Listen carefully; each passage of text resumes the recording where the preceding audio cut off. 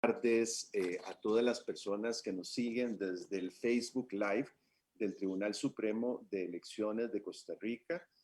Sean muy bienvenidos a este evento que, aunque virtual, es un evento académico de gran importancia, pues estamos lanzando el número 31 de la revista de Derecho Electoral. Hago extensivo este saludo a nuestros alumnos del curso de verano de la Universidad de Costa Rica, Discusiones Contemporáneas del Derecho Electoral, porque esta actividad también forma parte de la planificación de esa materia. Quiero recordarles que la revista de Derecho Electoral, que tiene más de 3 lustros de existir, es una publicación electrónica semestral auspiciada por el Tribunal Supremo de Elecciones de nuestro país, que a pesar de su nombre tiene una perspectiva más amplia y no solo jurídica en el abordaje de la democracia y las elecciones como fenómeno central de la preocupación académica de esta publicación. Una publicación que sigue la filosofía del Open Access y, por tanto, se trata de artículos que están disponibles para el público universal en nuestra página web, en donde también pueden consultarse los restantes 30 números que hemos publicado desde el arranque de esta revista. Un espacio que dirijo desde su establecimiento, desde su fundación, y que nos ha permitido tender un puente muy valioso entre la organización electoral costarricense y la academia. Una reflexión que no se centra únicamente en la realidad electoral costarricense, sino que también aborda el fenómeno a nivel latinoamericano o inclusive más allá, y que lo hace desde esta perspectiva multidisciplinaria a la que me he referido. El número 31 es un número interesante porque hemos querido enfatizar el desarrollo de los artículos, la mayoría de ellos dirigidos a los retos y desafíos que presenta la democracia en nuestra región en estos tiempos sombríos que nos tiene la pandemia y otros factores más de índole político. Quiero agradecer muy sentidamente al Consejo Editorial encargado de la revisión de los diferentes artículos, como a Rocío Montero, la que se encarga de la carpintería de este y de los números anteriores. Por supuesto, un agradecimiento muy sentido a los autores, que son el alma de la publicación, y que cuya presencia se logra mantener los niveles de excelencia que hemos buscado imprimirle a esta publicación periódica. Y no puedo, desde luego, dejar de agradecer al doctor Fernando Tuesta Solvedilla, quien es la persona que hoy nos va a hacer la presentación correspondiente. Don Fernando, quien lo va a presentar de seguido, don Hugo Picado, no solo es un afamado politólogo con gran proyección en todo el continente americano, sino que también es mi amigo. Lo conocí cuando tenía responsabilidades en la organización electoral peruana. Él fue jefe de la OMPE, la que se encarga de administrar el proceso electoral en este amigo país. Y siempre hemos compartido nuestro gusto por los temas electorales, pero no solo desde la organización y arbitraje de elecciones, sino también en el plano académico. Perdón, discúlpenme en esta breve anécdota, cuando hace como 10 años nos conocimos en un hotel allá en La Paz, Bolivia, a unos 4.000 metros de altura, tomando té de coca para sobrellevar el soroche. Y en una conversación generamos la idea de hacer un sílabo para la enseñanza del derecho electoral, un proyecto latinoamericano que está todavía alojado en la página de CAPEL, del Instituto Interamericano de Derechos Humanos. Así que siempre es un placer saludarte, Fernando, estar contigo y aprender de tus palabras. Don Hugo Picado, por favor. Gracias, don Luis Antonio. Un afectuoso saludo a usted, señor presidente. Un saludo también, por supuesto, a don Fernando Tuesta Soldevilla, al doctor Fernando Tuesta, querido amigo también. Esta revista número 31, que de inmediato se pondrá a disposición de ustedes en línea y gratuitamente, cuenta con sus secciones habituales. La primera de ellas es la sección Autores Invitados, donde contamos con un artículo de Ilka Treminio Sánchez, quien fue la expositora de la última Cátedra de la Democracia, llevada a cabo el 6 de noviembre pasado, y el título de su aporte es Reflexiones en torno a la sobrevivencia de la institucionalidad democrática en Costa Rica.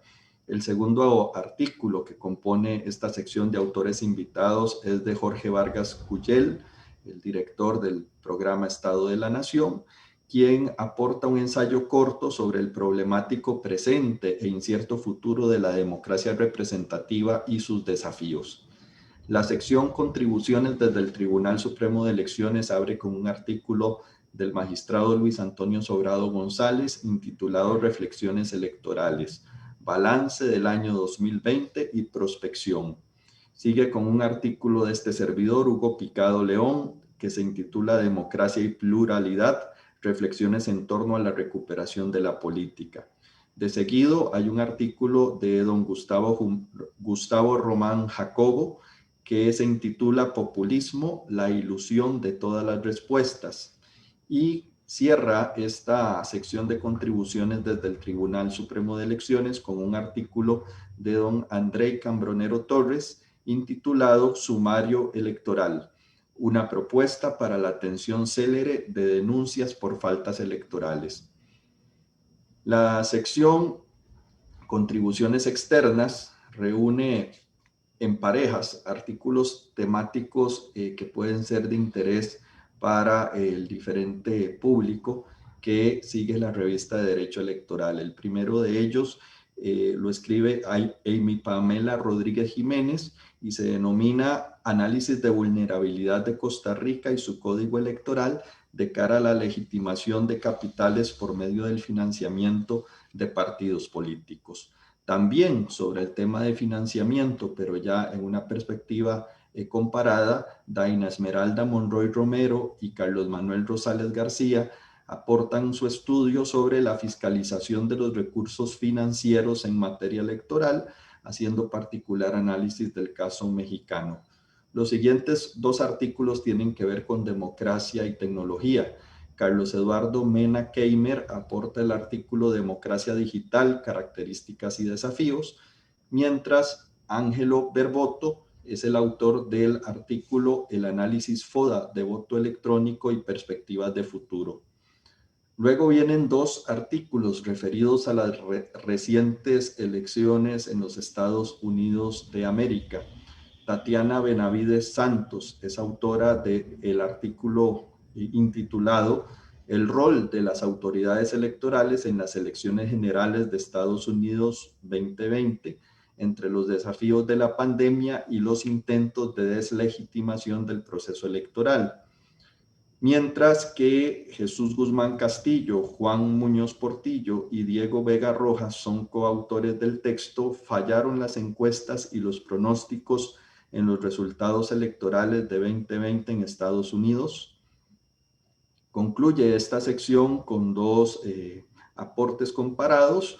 José Roberto Ruiz Saldaña es autor del texto Un itinerario garantista sobre la credencial para votar en México, mientras Marek Domín nos aporta el artículo Control de constitucionalidad de las elecciones en Eslovaquia. Como es usual, la revista de Derecho Electoral también incluye una reseña jurisprudencial, en este caso escrita por el letrado Luis Fernando Alfaro Martínez, sobre la imposibilidad de exigir un pagaré o letra de cambio para garantizar el cumplimiento de obligaciones económicas futuras con los partidos políticos como garantía de postulación. Y también hay reseñas bibliográficas sobre la serie Para Entender, publicada por el Tribunal Supremo de Elecciones a través de su editorial IFET, Hay reseña de la revista Mundo Electoral número 37 que publica el Tribunal Electoral de Panamá, y hay una reseña también de la revista Justicia Electoral número 24 que publica el Tribunal Electoral del Poder Judicial de la Federación de México. Esto es lo que ustedes tendrán a disposición desde nuestra página web a partir de este momento. Bien, la pandemia ha sido negativa en general para el planeta, para todo el orbe, para todas las sociedades, en particular para las sociedades democráticas, pero también nos ha traído algunas ventajas. Y estaremos de acuerdo en que una de las ventajas en la presentación de la revista de Derecho Electoral en su modalidad virtual es que nos ha facilitado contar por segunda ocasión con dos de las figuras más relevantes en el mundo de la ciencia política iberoamericana. Hace 6 meses contamos con la presencia desde México de la profesora Flavia Freidenberg, y hoy desde Lima, desde la comodidad de su casa, nos acompaña el maestro, profesor, amigo Fernando Tuesta Soldevilla. Fernando es doctor en Ciencias Sociales por la Universidad Mayor de San Marcos. También es magíster y licenciado en Sociología por la Pontificia Universidad Católica del Perú. Don Fernando Tuesta realizó también estudios doctorales en Ciencias Políticas en la Universidad de Heidelberg en Alemania. Es profesor principal en la Universidad Católica del Perú, en la especialidad de Ciencia Política, y también ha ejercido la docencia en la Academia Diplomática de Perú, en la Universidad del Pacífico, en la Universidad de Lima y en la Universidad Nacional Mayor de San Marcos. Como mencionó ahora el magistrado Luis Antonio Sobrado, don Fernando Tuesta fue jefe de la Oficina Nacional de Procesos Electorales, OMPE, del Perú, que es la Administración Electoral Peruana. Fue director del Instituto de Opinión Pública de la Universidad Católica y presidió la Comisión de Alto Nivel para la Reforma Política. Es consultor internacional en temas de elecciones, partidos políticos y reforma política, y también tiene una columna de opinión en el diario El Comercio. Dejo con ustedes al profesor Fernando Tuesta Soldevilla. Muchísimas gracias por la invitación al Tribunal Supremo Electoral, de manera especial a mi querido amigo Luis Antonio Sobrado, a Hugo Picado y Eliana Aguilar, que insistentemente me invitó. En realidad no debió insistir mucho, porque yo siempre a gusto de colaborar con ustedes. Formo parte también del comité consultivo de la revista, que además la invitación me permitía, a través de esta intervención, decir inicialmente un par de cosas. La primera, porque ya está en el número 31, que es un número que da ya consistencia, ¿no? Porque ustedes saben, al igual que los que nos, probablemente los que nos están viendo, que el entusiasmo por las revistas académicas y algunas acotadas, algunos temas, son muchas, ¿no? Pero persistir en ellas son pocas.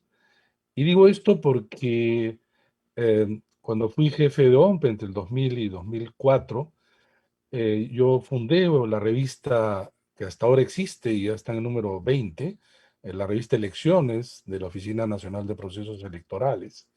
Y me acuerdo claramente cuando ustedes sacaron el primer número allá por el año 2006, y me he nutrido de mucho de los trabajos, artículos académicos que obran en varios de sus números, incluso usado para mis cursos que me sirven realmente mucho.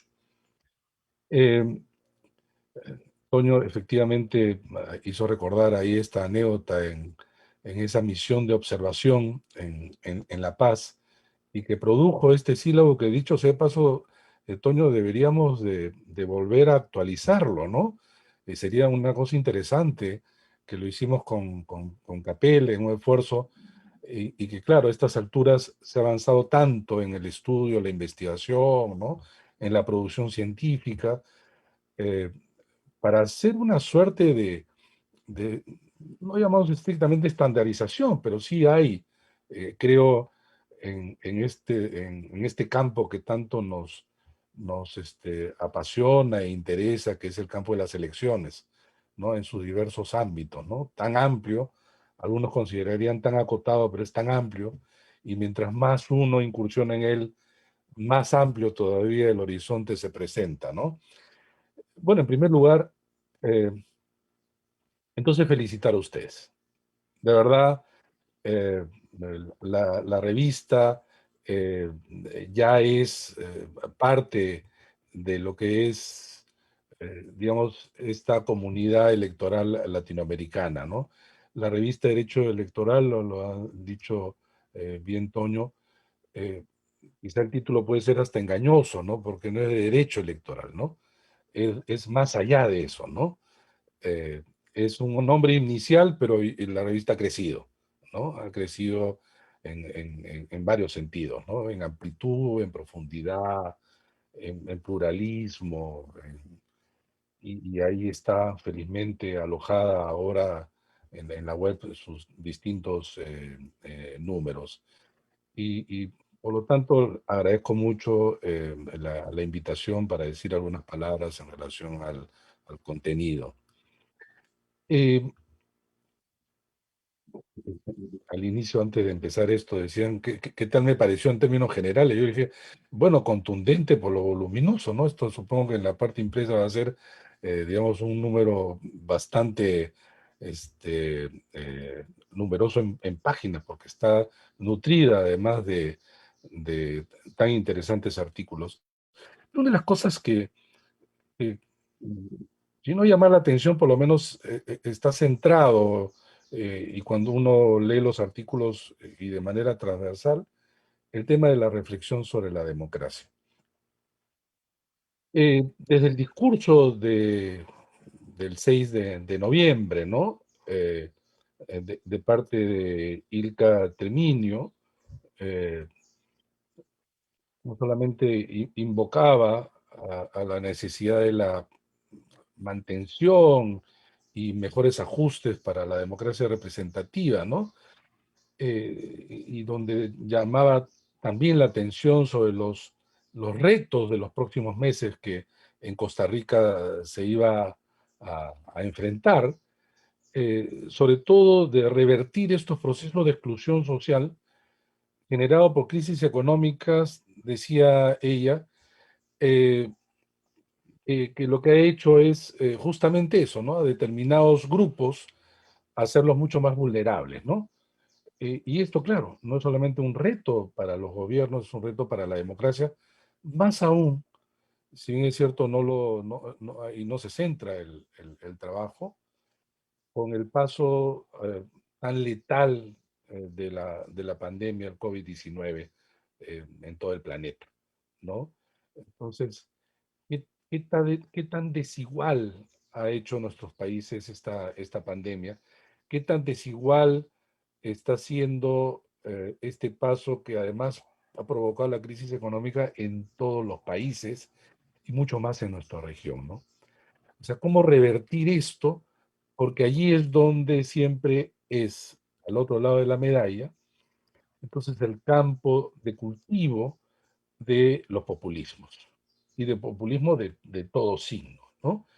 Entonces, este reto que veía ella en relación a Costa Rica en realidad es un reto para la democracia latinoamericana en su conjunto. Y en ese mismo sentido, quizá en un tono un poco más, yo diría más pesimista, quizá, el trabajo de Jorge Vargas Culel, ¿no? Porque incluso habla del presente y el futuro incierto que es uno de los temas que él va a tocar, incluso va a concluir, ¿no? Que es la incertidumbre que se establece ahora más en la democracia representativa.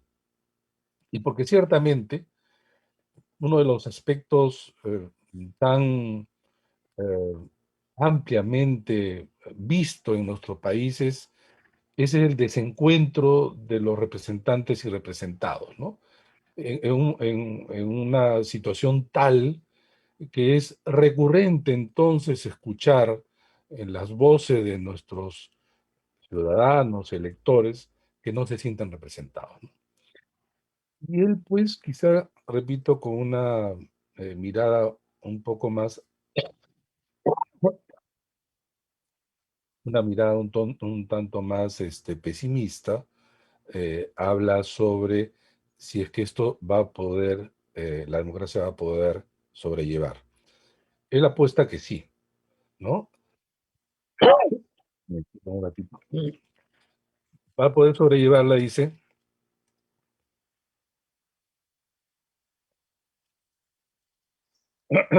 pero dice que esto, vale decir, esto de futuro incierto es también pues una tarea, ¿no?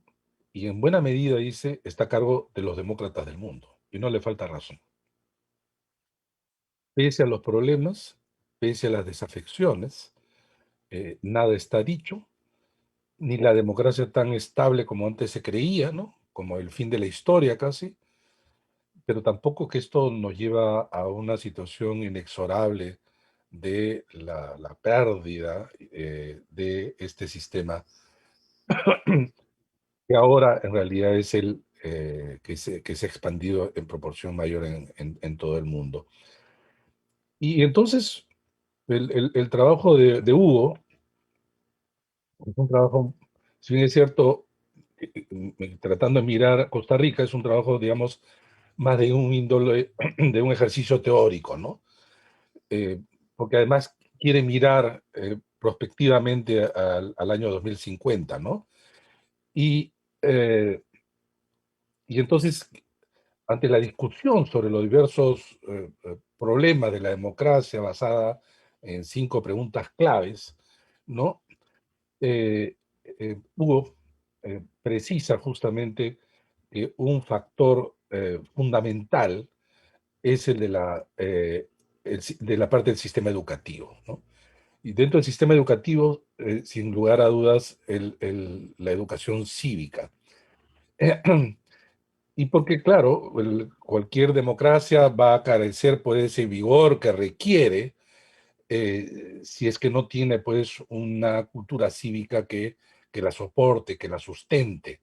Porque sí, tantas veces se ha dicho que la democracia eh, no es evidentemente un sistema perfecto, pero es lo mejor que tenemos, ¿no? Llena de errores, fallas, en donde mucha gente se siente insatisfecha ante un modelo ideal, pero del que estamos hasta ahora en la historia, en donde podemos hacer las comparaciones, que es el mejor de los sistemas, qué duda cabe.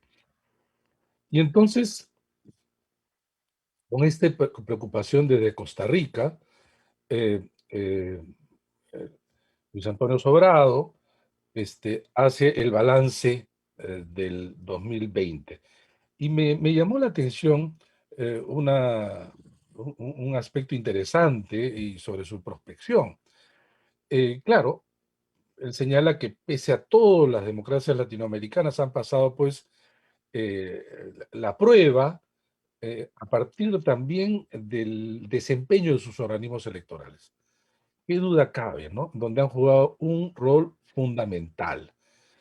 Los organismos electorales en América Latina, es decir, este diseño de organismos constitucionalmente autónomos en gran parte de los países o con grado de autonomías en general de los poderes ordinarios establecidos, hicieron de la región latinoamericana la primera en el mundo de este tipo de diseños, ¿no?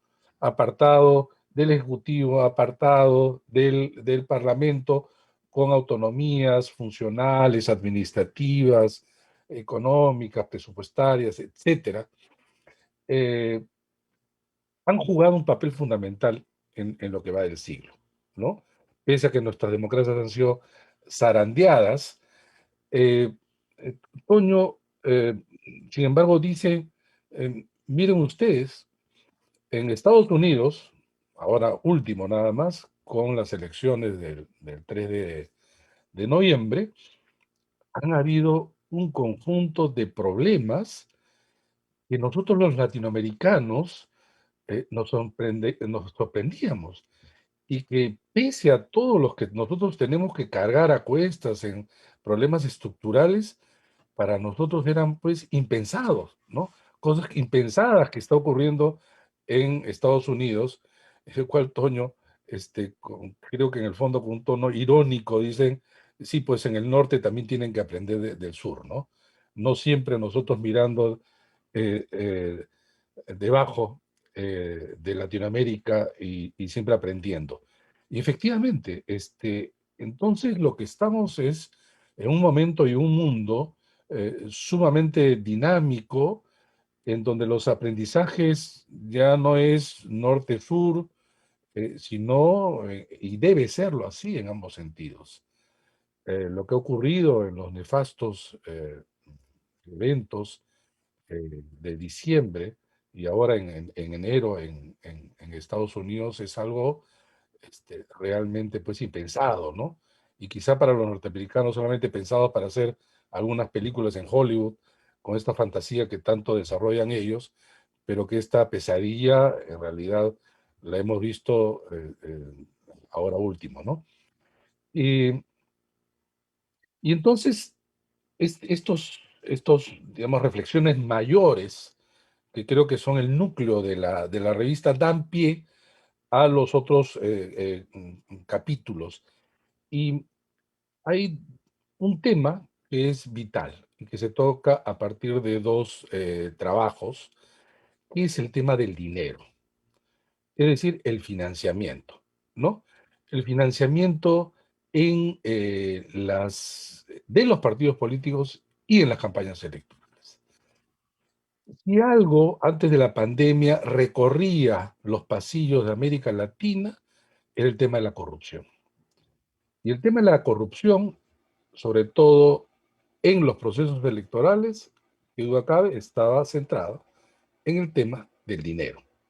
¿De dónde provenía el dinero?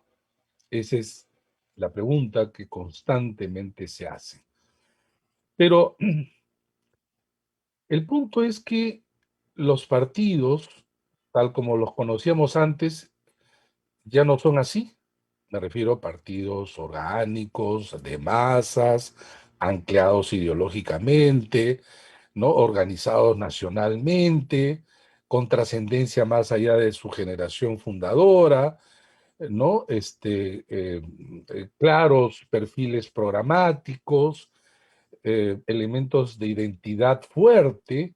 Bueno, esos partidos prácticamente están en extinción, ¿no? En muchos países, grandes partidos históricos iban desapareciendo y quedando pues en el museo realmente de la historia. Y digo esto porque conforme iba decreciendo la fortaleza de los partidos, iba creciendo, sin embargo, por otro lado, los costos que ocasionaban una campaña electoral por parte de los partidos. Los costos que, dicho sea de paso, en una gran proporción se invertían sobre todo en los grandes medios de comunicación y particularmente en la televisión. En pocas palabras, mientras los partidos cada vez tenían menos recursos propios, ¿no? Antes las militancias se encargaban de justamente costear esto, ¿no? Hoy día casi eso no existe. Los costos de la campaña crecían y entonces se abrió una gran brecha. Esa brecha entre los ingresos y los egresos fue cubierta, como ya sabemos, claro, por el financiamiento público en gran parte de los países y también el privado. Eh, esta suerte de diseño mixto es lo que ha habido en casi todos los países, pero más allá de cómo estás en todos los países, lo cierto es que hay evidentemente un dilema, ¿no? O los partidos dependen de manera extraordinaria del dinero público y del Estado, y quizá México sea el caso más claro, o cae en manos de los privados, ¿no? Esto último quizá es el que más ha llevado temas asociados a la corrupción, sobre todo con el tema de Odebrecht, que ya nos tiene varios años envuelto en estos procesos en donde esta empresa, tremenda empresa brasileña, se encargó pues de financiar campañas, y esto no era pues por un sentido dadivoso, sino muy por el contrario, para desarrollar luego una dinámica de injerencia en las decisiones de la obra pública, corrompiendo pues funcionarios y candidatos, ¿no? Digo esto porque justamente los artículos, uno más general que el otro, tratan de hurgar evidentemente en este tema del financiamiento y el dinero, que es, repito, ahora quizá por el COVID y la pandemia, un tema que ha pasado a un segundo plano, pero que es un tema que va a volver a salir, ¿no? No tenemos respuestas ni existe un modelo perfecto, y quizá una de las tareas que se desprende también de estos artículos es seguir viendo las mejores maneras para justamente buscar el equilibrio entre la necesidad de los partidos de tener dinero, pero que ese dinero sea de fuente no solamente cierta, sino fuente que no someta a los actores políticos a intereses. Evidentemente esto es francamente un reto y una gran preocupación que se mantiene, ¿no? Y entonces, eso en términos de los trabajos de Pamela Rodríguez y de Daina Esmeralda Monroy.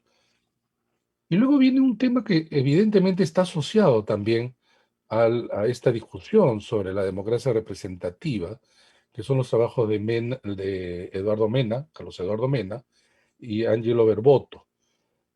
El primero, que discute también, al igual que los primeros artículos en temas sobre la democracia representativa y los problemas actuales, para pasar a ir desarrollando lo que ya en algunos espacios se habla sobre la democracia digital, pero sobre todo que ya no es algo que se espera para adelante, sino es un tema que está presente, ¿no? Y está cada vez más, digamos así, como un espacio eh, que se puede conjugar con la democracia representativa, pero que es necesario observar estas dinámicas, sobre todo en lo que él llama la democratización de las redes, ¿no? Como un reto. En cambio, Angelo Berboto trata de aplicar esta metodología del FODA al voto electrónico y las perspectivas para futuro. El voto electrónico, pues, ha sido un tema de discusión muy extenso por mucho tiempo. Hay un hecho claro que particularmente yo lo debato acá en Perú y con mis alumnos también. El momento que nosotros estamos hablando, y de lo que va del tiempo de este evento, cientos, miles a lo largo de la esfera virtual se transfieren data, dinero, imágenes, de todos, por segundos, en todo el mundo. ¿Cómo así no se puede transmitir resultados? Uno dice, y esto es sencillo, ¿no? Eh, pero el tema no es tan sencillo a su vez, porque el tema tiene que ver con la confianza. La confianza en que, de parte sobre todo de los políticos, porque los organismos electorales, en mayor o menor medida en nuestra región, han ido incorporando la tecnología, ¿no? antes de la elección, después de la elección, pero hasta ahora relativamente poco en el momento de votar, ¿no? Para completar quizá todo el espacio. Pero entonces, si bien es cierto, hay un gran entusiasmo por las tecnologías, ni siquiera ahora, con la pandemia, ni siquiera ahora se ha logrado establecer el voto electrónico como una, digamos, alternativa, ¿no?, a esta situación de dificultad. Y entonces, ningún país en el mundo ha celebrado, salvo Estonia, elecciones directamente, ya no con el voto electrónico presencial, sino con el llamado voto electrónico no presencial, ¿no? O sea, a través de Internet, ¿no? Pero entonces, las ventajas de su uso todavía no logran convencer a los actores políticos que esto podría ser una salida. Pero el tema entonces no es tecnológico, el tema es político y también cultural. Y también en términos de, digamos, de demografía. Los nativos digitales, o sea, los chicos que ya, por lo menos más de una generación, han nacido ya con Internet, el votar a través de las diferentes posibilidades que hay, modalidades, presencial o no presencial, a través de las tecnologías, de los TICs, probablemente no se hagan estas preguntas. Y sigue siendo, sin embargo, eso todavía un tema futuro. Pero, pero varias otras cosas, sin embargo, son ya parte del presente. Esto de lo que estamos haciendo nosotros, es decir, la pandemia ha obligado, ¿no?, a que lo virtual esté ya tan instalado en nuestras vidas, ¿no? En el ámbito laboral, en el ámbito económico, en el ámbito educativo, en el ámbito político, y que solo falta la parte de la elección, que creo y concuerdo de alguna manera con el autor, que esto va a tardar. Interesante también los trabajos sobre Estados Unidos, eh, sobre dos miradas, ¿no? Uno por el lado de las encuestas y otro sobre el lado de las autoridades electorales. Sobre el lado de las encuestas, sí, particularmente me gustó mucho porque yo fundé y dirigí el Instituto de Opinión Pública en la Universidad Católica por varios años, y entonces hacíamos también estos trabajos de encuestas preelectorales. Y la típica del debate es, aparte del resultado electoral, es si es que las encuestas han, dice, y este es entre comillas, fallado o no, ¿no? Y entonces siempre se sobreviene, eh, claro, dependiendo de cada elección, unas más que otras, si se equivocaron o fallaron, ¿no? Los autores que están comprometidos también en estos instrumentos tratan de cuestionar esta afirmación porque señalan que esta afirmación está sobredimensionada y señalan una afirmación que a mí me parece vital. Las encuestas no están hechas para predecir. Quien predice es el que usa las encuestas. Y entonces dice, ganará fulano de tal, el medio de comunicación, el analista, etcétera. Pero las encuestas constituyen un instrumento para decidir. Entonces, cargarle el problema de una suerte de predicción cual bola de cristal es un error muy extendido. Eh, y claro, en nuestros países incluso más. Si en Estados Unidos esa discusión, en nuestros países mucho. La gente quiere ver que el resultado que te dan, sobre todo el último resultado de una encuesta, que sea casi igual que el resultado final. Peor aún en nuestros países, en donde existe la veda de la publicación de encuestas. En mi país, en Perú, es una semana. Y siendo el Perú uno de los países con mayor volatilidad y modificación de las intenciones de voto, en una semana han cambiado, ¿no? Han cambiado muchas elecciones y entonces la gente sigue comparando la último resultado de la encuesta con el resultado final cuando eso no es posible. Muy interesante entonces esta discusión, que creo que se toma Estados Unidos, pero puede extenderse al resto de países. Y el rol de las autoridades electorales en Estados Unidos. Ahí habría que quizá precisar que en Estados Unidos no existe estos organismos autónomos como sucede en nuestros países. Es más, eh, el tema de las controversias la resuelve pues el Poder Judicial Ordinario.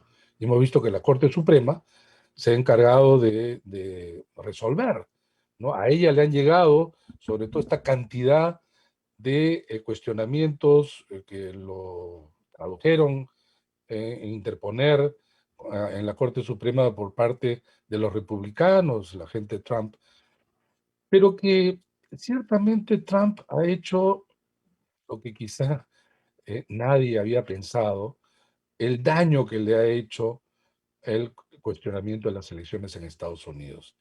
Cuestionamiento que no tiene que ver solo con los resultados, sino desde antes del proceso, ¿no? Si uno seguía un poco el desarrollo de la campaña electoral, Trump venía avisándonos de cómo él desarrollaba un discurso no negacionista, un discurso de deslegitimación de las elecciones si él no ganaba, ¿no?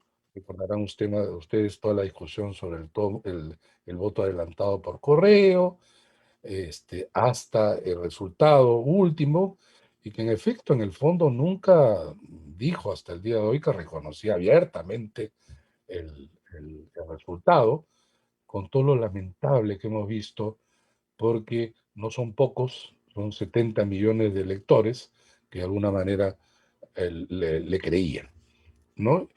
Pero, claro, en nuestros países, difícilmente, por ejemplo, una Corte Suprema va a resolver una controversia, además en un plazo relativamente corto, ¿no?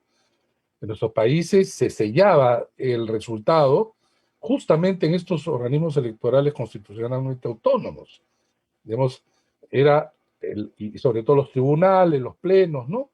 En una instancia definitiva, y esto le da certeza, seguridad jurídica a los resultados, ¿no? En Estados Unidos hemos visto que esto llegó pues hasta el último día, ¿no? Un ejemplo de cómo no deben ser las cosas, claro, pero lo terrible es que estamos hablando no de cualquier país, sino de Estados Unidos.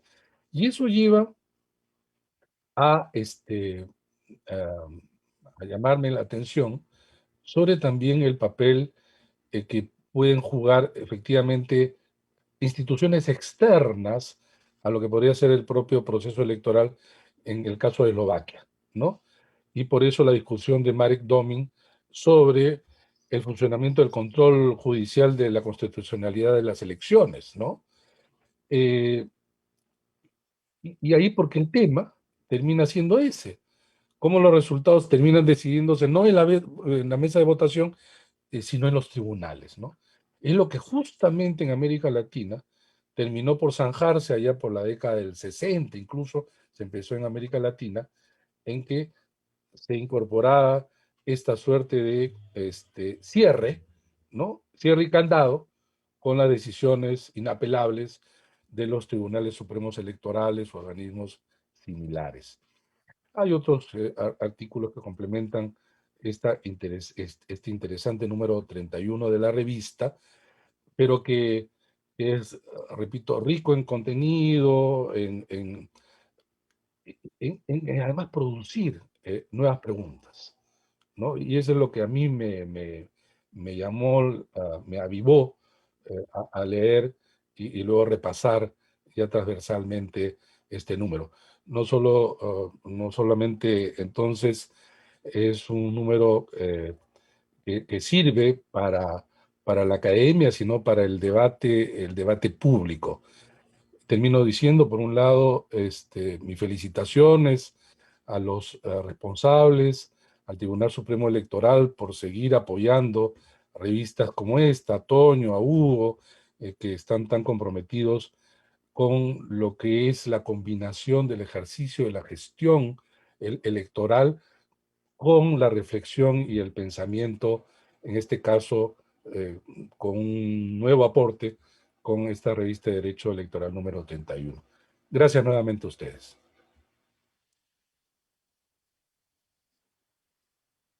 Muchísimas gracias, Fernando, por tu participación el día de hoy.